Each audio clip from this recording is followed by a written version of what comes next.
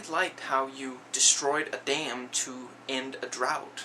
You know, not to go all hippie on you, but that is a good image of how we interfere with nature. It had been so long since Ryuk had last seen the home tree that he had completely forgotten that all of the leaves were made of pink cotton candy. Right after Ryuk reaches the home tree, you then fight Sean, even though he was kind of sounding like he wasn't really into the fight last time you saw him, and the game never really follows up on his commanding officer, or the scientist, whatever.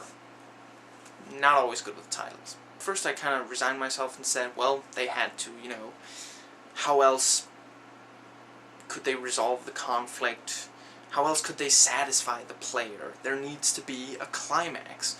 But then later you fight the Avatar, so they were already abiding by game convention there. That was a pretty cool concept, and the execution was nice too.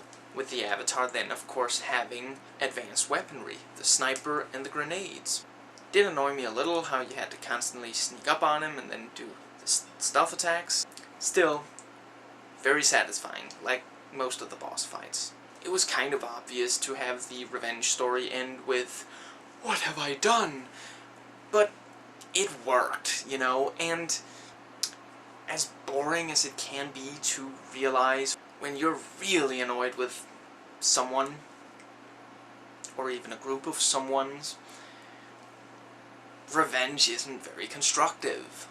You know, an eye for an eye leaves the world blind. And I like that the epilogue has him go off and teach them all that the true enemy is within themselves.